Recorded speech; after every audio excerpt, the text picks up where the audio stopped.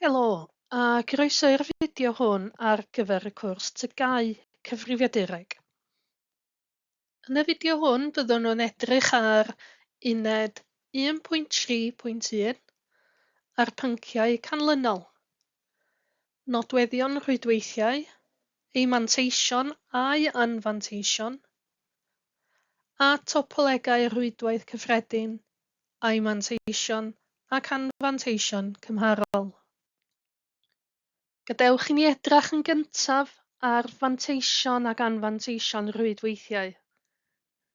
Mae rhwydweithiau'n bodoli i rannu adnoddau, ac mae rhannu caledwedd a meddalwedd yn arbennig o bwysig. Gellir rhannu pob dyfais caledwedd sydd wedi gysylltu â rhwydwaith, fel argraffydd enghraifft, ymhlith llawer o gleientiaid ar y rhwydwaith. Felly hefyd gellir rannu meddalwedd, enghraifft, cleientiaid sy'n rhannu cymwysiadau dynodedig, neu benodol o weinyddydd ffeiliau. Un o brif fanteision rhwydwaith yw ei allu drosglwyddo a rhannu data a ffeiliau. Gan ganiatáu i ddefnyddwyr gael mynediad at ddata a'i rannu o bell a mewn ffordd hwylus. Mae rhwydweithiau'n bodoli i rannu adnoddau, ac mae rhannu caledwedd a meddalwedd yn arbennig o bwysig. Mae cyfathrebu yn fantais bwysig i rhwydweithiau, gan ganiatáu i ddefnyddwyr defnyddio sgyrsiau a rhyngweithiadau amser real fel e-bost, galwadau, gemau a fideo, gan ganiatáu i ddefnyddwyr gydweithio. O fewn rhwydwaith, mae'r gallu gael copi wrth gefn canolog, enghraifft gweinydd, yn hanfodol i reoli stori a data, a mae hyn yn ei wneud yn haws monitro gweithgaredd a diogelwch rhwydwaith. Mae rhwydweithiau ni'n gwneud yn haws i ddefnyddwyr fewn gofnodi i unrhyw ddyfais sydd wedi chysylltu â rhwydwaith. Mae yna lawer o anfanteision i rhwydwaith, ac un o'r rhai pwysicaf yn yr amgylchedd modern heddiw yw risg i diogelwch a preifatrwydd. Enghraifft, mynediad heb awdurdod gan hacwyr. Gall ddefnyddio gweithwyr medrus fel peirianwyr hyfforddedig i ddatrys problemau a chynnal a chadw systemau fod yn gostus. Mae costau sefydlu rhwydweithiau, cwrdd â gofynion caledwedd a chynnal a chadw systemau hefyd yn gostus. Gan fod rhwydweithiau'n rhannu adnoddau, gall feirws a meddalwedd maleisus ledaenu'n hawdd i bob cleiant ar y rhwydwaith. Os bydd rhwydwaith yn methu fel y gweinydd canolog, yna ni all cleientiaid gael mynediad at adnoddau na ffeiliau. Nodweddion rhwydweithiau.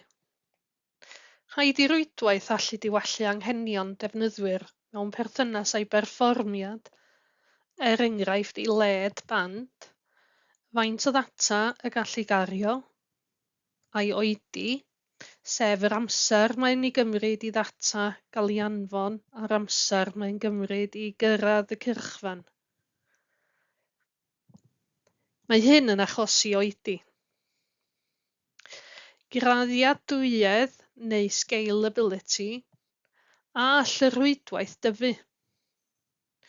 A allir ychwanegu mwy o ddyfeisiau ac a fydd rhwydwaith yn gallu tyfu gyda anghenion y defnyddwyr. Mae angen i bob rhwydwaith fod yn ddiogel, ac mae angen amddiffyn data rhag defnyddwyr heb awdurdod. Mae cynllun neu dopoleg y rhwydwaith yn bwysig i lwyddiant y rhwydwaith. Mae topolegau yn cynnwys bws, seren, cylch a rhwyll. Mae'r math o gyfrwng sydd ei angen yn bwysig, gwifrog neu ddiwifr gan ddefnyddio Ethernet, ffibr optig neu Wi-Fi. a mae gost y rhwydwaith i'w sefydlu a'i gynnal hefyd yn bwysig. A wedyn hygyrchedd ydy os yw'r defnyddiwr yn gallu cael mynediad at bopeth y mae angen i'r rhwydwaith ei wneud. Mathau o rwydweithiau. Mae dau brif fath o rwydwaith y mae angen i chi wybod amdanynt. Rhwydwaith ardal leol neu LAN, Local Area Network, a rhwydwaith ardal eang neu WAN, Wide Area Network. Mae LAN yn cysylltu dyfeisiau o fewn ardal daearyddol fach, fel cartre, swyddfa ac wrth gwrs ysgol. Gall defnyddwyr LAN gyfathrebu a rhannu data a dyfeisiau gyda defnyddwyr eraill. Mae'n galluogi trosglwyddo data, cyflym, a lefel isel o oedi. Mae dyfeisiau caledwedd yn cysylltu â LAN fel argraffydd a llwybrydd drwy gebl, felly trwy system wifrog neu'n ddiwifr. Yn aml, mae LAN yn eiddo preifat. Mae'n gyffredin bod LAN yn cael ei ddefnyddio yn y cartre gan rhai sy'n byw yn y tŷ. Os oes gennych chi lwybrydd yn y cartre, yna gall bawb yn eich tŷ gael mynediad i rhyngrwyd. Os oes LAN mewn busnes neu ysgol, yna fel arfer caiff hyn ei reoli gan yr adran ar y safle fel yr adran gymorth TG neu reolwr TG. Mae rhwydwaith ardal eang neu WAN yn cwmpasu ardal ddaearyddol fawr fel gwlad neu gyfandir ac yn cysylltu nifer o LANs neu dyfeisiau unigol. Mae WAN yn fwy cymhleth na LAN fel rheol a mae'n cynnwys mwy o ystyriaethau diogelwch gan ei bod yn darparu ar gyfer cysylltiadau dros gwmpasau ehangach.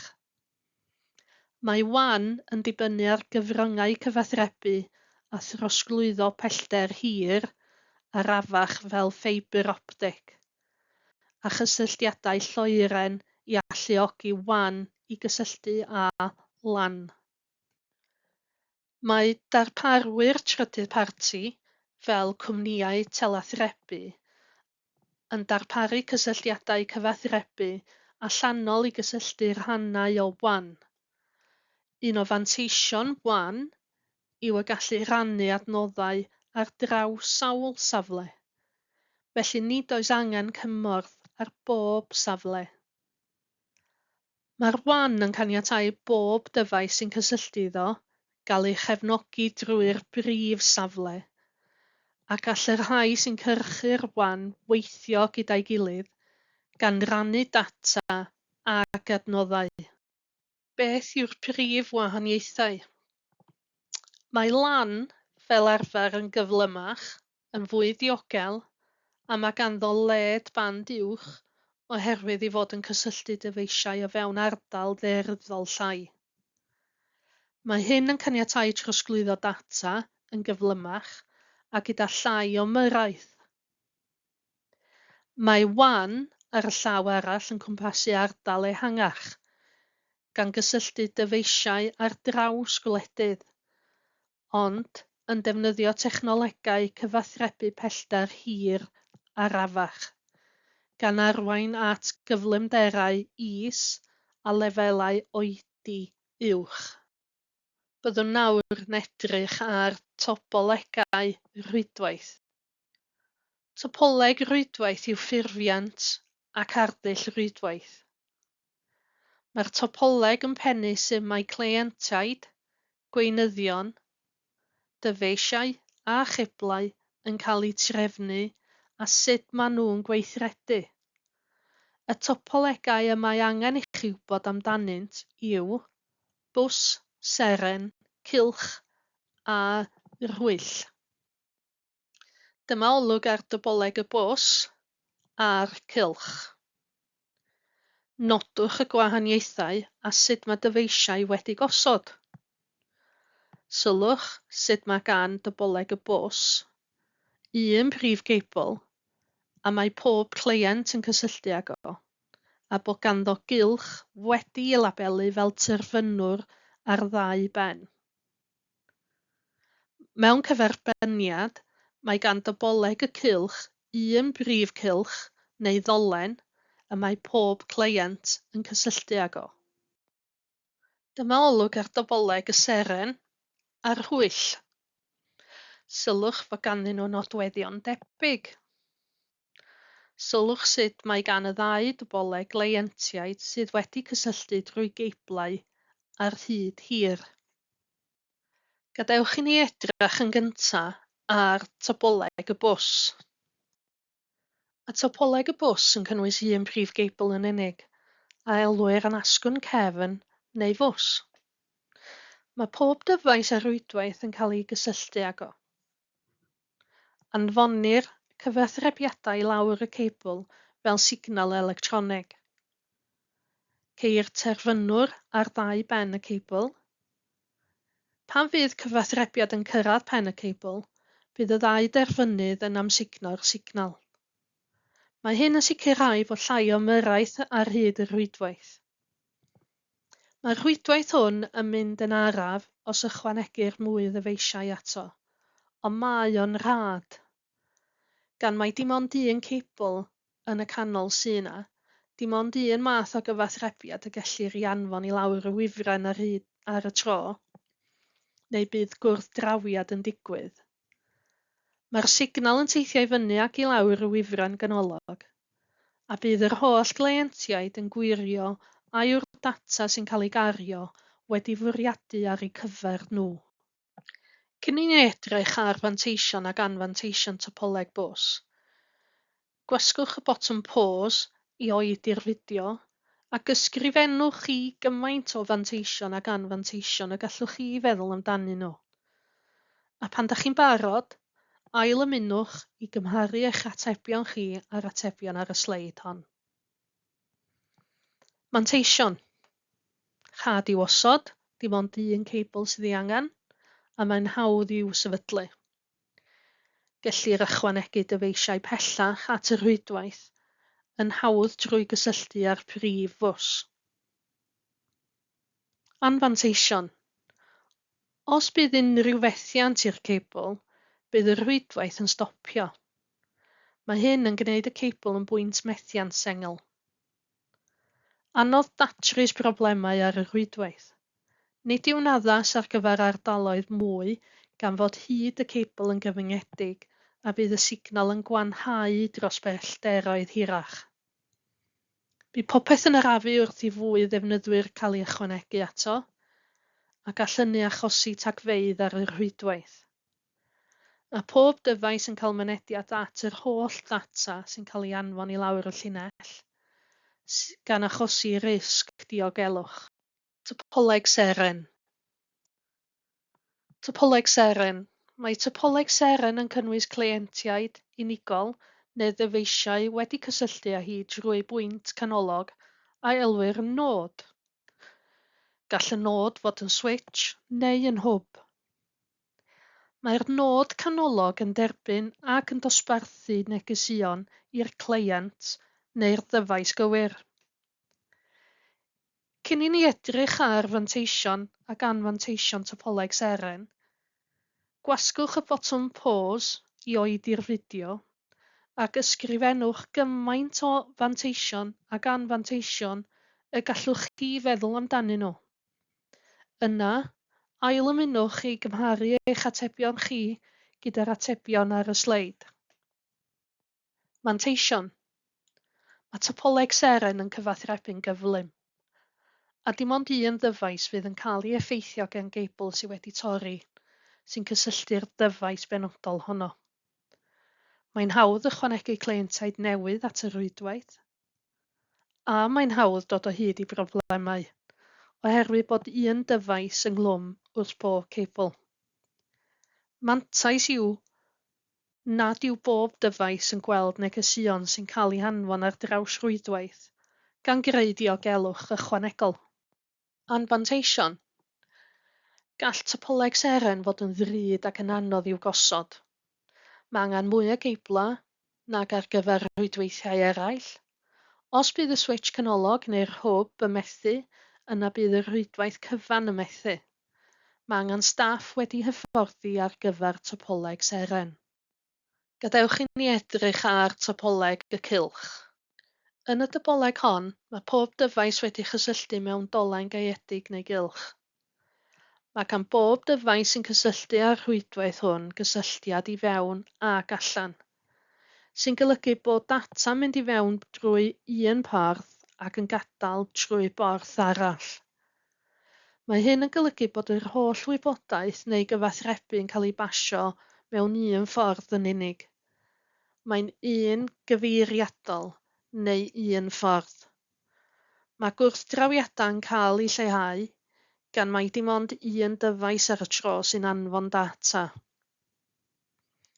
Gwasgwch y botwm pause i oedi'r fideo, a ysgrifennwch gymaint o fanteision ac anfanteision y gallwch chi feddwl amdanyn nhw, a wedyn ail-ymunwch i gymharu eich atebion chi gyda atebion ar y sleid hon. Manteision topoleg cylch. Does dim pwynt methiant canolog. Mae gwrthdrawiadau'n cael eu hatal gan fod data'n llifo mewn un cyfeiriad. Gellir ychwanegu mwy o ddyfeisiau a bydd perfformiad y rhwydwaith yn aros yn gyson ac yn cael ychydig iawn o effaith ar led band. Bydd gan bob dyfais ar y rhwydwaith fynediad cyfartal i'r rhwydwaith. Anfanteision topoleg cylch. Bydd cyfathrebu'n methu os bydd un cleiant neu ddyfais yn methu, gan na fydd gwybodaeth yn cael ei throsglwyddo i ddyfeisiau eraill. Os yw'r cebl wedi difrodi, bydd y rhwydwaith cyfan yn methu. Mae angen cau'r rhwydwaith cyfan i ddileu dyfeisiau neu ychwanegu unrhyw ddyfeisiau newydd, gan fod y holl data'n teithio trwy pob ddyfais, gall adnabod namau neu broblemau fod yn anodd. Mae'n gallu bod yn ddrud i osod, oherwydd gofynion ceblau ac anghenion caledwedd arbenigol ffisegol. Topoleg rwyll. Yn y topoleg rwyll, mae pob dyfais wedi gysylltu â phob dyfais arall yr rhwydwaith. Bydd pob dyfais sydd wedi cysylltu â'r rhwydwaith hwn yn trosglwyddo negeseuon i ddyfeisiau eraill, gan ddefnyddio llwybrau lluosog neu sawl llwybr. Nid oes rheolaeth ganolog, mae'r rhwydwaith wedi datganoli, gan arwain at neidiau data o un dyfais i'r llall wrth ddewis y llwybr gorau. Gwasgwch y botwm pause unwaith eto, ac ysgrifennwch gymaint o fanteision ac anfanteision topoleg rwyll y gallwch chi feddwl amdanyn nhw, a wedyn ail-ymunwch i gymharu eich atebion chi gyda'r atebion ar y sleid. Manteision topoleg rwyll. Mae'n gallu delio gyda namau neu fault tolerant, felly gellir ail-gyfeirio negeseuon oherwydd bod llwybrau lluosog, gan ganiatáu ddata gymryd llwybrau eraill. Nid oes un pwynt methiant. Perfformiad uchel gan y gall data dewis llwybrau boed yn fyr neu'n hir. Mae hyn yn arwain at lai o dagfeydd ar y rhwydwaith. Nid yw traffig data drwm yn broblem, gan y gall llawer o gleientiaid anfon data ar yr un pryd a'i gilydd. Anfanteision topoleg rwyll. Mae topoleg rwyll yn gyffredinol yn ddrud iawn i osod, ac mae angen llawer o geblau. Gall rhwydwaith rwyll fod yn anodd i'w rheoli a'i raddio, a bydd angen rheolaeth arbenigol. A dyna fo. Dyna ddiwedd yn fideo ar nodweddion a thopolegau rhwydweithiau. Beth am drio'r cwis sydd ar gael o dan y tab adnoddau i brofi eich dealltwriaeth. Hefyd, pob lwc gyda'r cwis a phob lwc yn eich arholiadau.